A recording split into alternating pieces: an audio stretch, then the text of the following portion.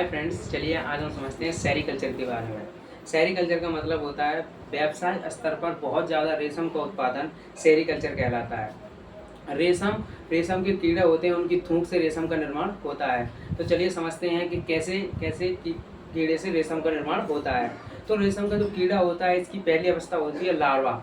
इस अवस्था में ये कीड़े की बचपनी अवस्था होती है। इस अवस्था में कीड़ा रेशम रेशम का निर्माण नहीं करता है, जबकि लार बनना कीड़े के अंदर लार बनना शुरू होती है। दूसरी इसकी अवस्था होती है, वो होती है प्यूपा अवस्था।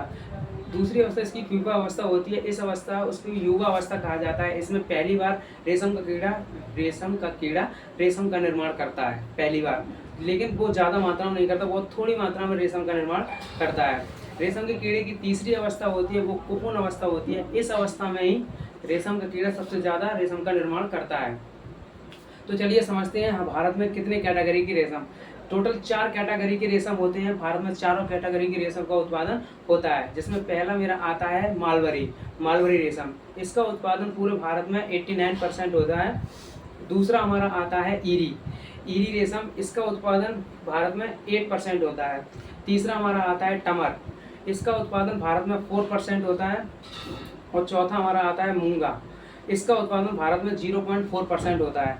भारत में सबसे ज़्यादा रेशम का उत्पादन कर्नाटका में होता है, जबकि जूट यानी कि पटसन जिसका बोरा बना होता है, उसका उत्पादन सबसे ज़्यादा पश्चिम बंगाल में होता है।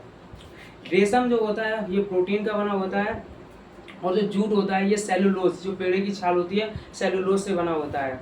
दुनिया में सबसे ज़्यादा रेशम का उत्पादन